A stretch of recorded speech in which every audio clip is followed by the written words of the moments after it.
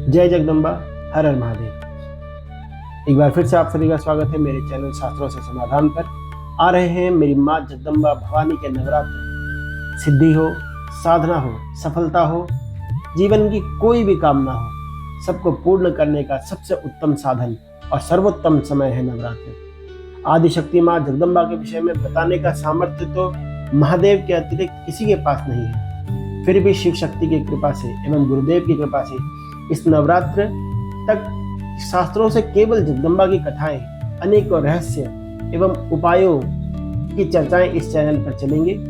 साथ ही साथ माँ जगदम्बा की पूजन विधि और माँ जगदम्बा को प्रसन्न करने के कई उपाय भी आपको बताए जाएंगे। इसीलिए बने रहें हमारे वीडियोस के साथ। लाइक करें, सब्सक्राइब करें, शेयर करें, अपना भी भला करें, दूसरों का भी भला करें। यदि बात की जाए माँ जगदम्बा की कृपा की, तो यह जान ले कि शास्त्रों में लिखा है कि यत्रास्ति भोगो नहीं तत्र मोक्षः, यत्रास्ति मोक्षो नहीं तत्र भोगः, श्री सुंदरी सेवन तत्पराणाम भोगश्च मोक्षश्च करस्त एव।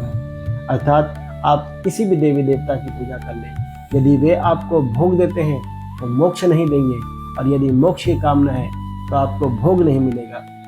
केवल श्री सुंदरी जगदम्बा माँ त्रिपुर सुंदरी दुर्गा ही एक ऐसी शक्ति है जो आपको जब तक आपका जीवन है तब तक भोग प्रदान करेंगी और मृत्यु के बाद मोक्ष प्रदान करने की शक्ति रखती है। इसीलिए गोस्वामी तुलसीदास जी ने भी सीता जी द्वारा कृत द्वार स्तुति में कहा है, सेवत तो ही सुलभ फलचारी वरदायिनी पुरारी प्यारी, देवी पूजी पद कमल तुम्हारे, सुर नर मुनि सब होय सुखारे। हे जगदम्बा, हे भगवान शिव की प्रिय, आपकी सेवा से चारों पदार्थ सुलभ हैं। चारों पदार्थ अर्थात धर्म, अर्थ, काम एवं मोक्ष। सुर नर मुनि यक्ष गंधर्व राक्षस किन्नर जितने भी हैं, सब आपके ही पद पंकज की पूजा करते हैं और आपकी ही पूजा से उन्हें सुख की प्राप्ति होती है। शक्ति की यदि बात की जाए तो देखिए, प्रत्यक्ष एवं परोक्ष आप जो देख रहे हैं, जो सोच रहे हैं या जो नहीं भी सोच पा रहे हैं, वो सब कुछ घटित हो रहा है, तो उसका कारण है कि उसके पीछे कोई ना कोई शक्ति है। देखिए, आपके जीवन की, आपके शरीर की सार्थकता तभी तक है जब तक उनमें प्राण शक्ति है। आपकी आंखों की सार्थकता तभी तक है जब तक उसमें देखने की शक्ति है। आपके कानों की सार्थकता है क्योंकि उसमें सुनने की शक्ति है।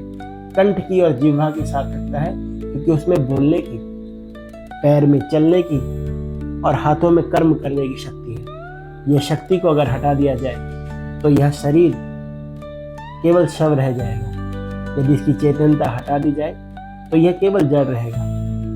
इसीलिए भगवान आदि शंकराचार्य सौंदर्य लहरी के सबसे प्रथम श्लोक में यही कहते हैं कि शिव शक्त्या युक्तो यदि भवति शक्त्या प्रभवितुम न चे देवं देवो न खलु कुशलः स्पंदितुमपि। अर्थात शिव भी जब शक्ति से युक्त होते हैं तभी वे शिव हैं।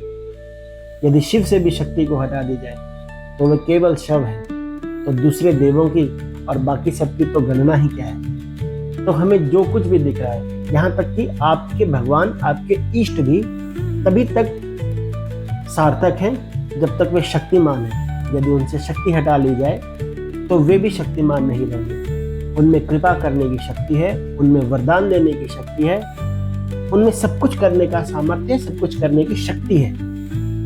तो शक्ति के बिना किसी भी वस्तु की, किसी भी चीज की, यहाँ तक कि भगवान तक की कल्पना नहीं की जा सकती है। तभी तो श्रीमद् देवी भागवत के प्रथम खंड में ब्रह्मा जी से भगवान विष्णु कहते हैं कि स्रष्टा त्वं पालकश्चाहं हरः संहार कारकः कृतः शक्त्येति संतर्कः प्रियते वेद पारगः तया विरहि तस्त्वं न तत्कर्म करणे प्रभु नाहं पालयितुं शक्तः संहर्तुं नापि शंकरः। अर्थात कि हे ब्रह्मा जी, आप इस जगत की रचना करते हैं, मैं जगत का पालन, और शिव जी जगत का संहार करते हैं। वह इसीलिए करते हैं क्योंकि हमारे पीछे एक शक्ति है। यदि वो शक्ति को हटा दिया जाए, वह शक्ति न रहे, तो न आप सृष्टि की रचना कर सकते हैं, न मैं पालन कार्य करने में समर्थ हूँ, और न ही शंकर जी संहार कर सकते हैं। इसीलिए तदधीना वयम सर्वे वर्तामः सततम विभो। इसीलिए हम सभी तीनों देवता उसी शक्ति के अधीन रहते हैं। अब सोचिए कि ब्रह्मा विष्णु महेश भी यदि शक्ति के अधीन रहते हैं तो आप और हम हैं ही क्या चीज। आइए इस नवरात्र माँ शक्ति की, माँ आदि शक्ति की प्रसन्नता के लिए तरह तरह के साधन करें, माँ शक्ति की तरह तरह की कथाएं सुने, रहस्य जाने, और यह सभी आपको सुनाए जाएंगे मेरे इस चैनल पर। तो इस चैनल पर बने रहें, लाइक करें, सब्सक्राइब करें, शेयर करें अपना और दूसरों के जीवन को भी धन्य करें। जय माँ आदि शक्ति, जय जगदम्बा, हर हर महादेव।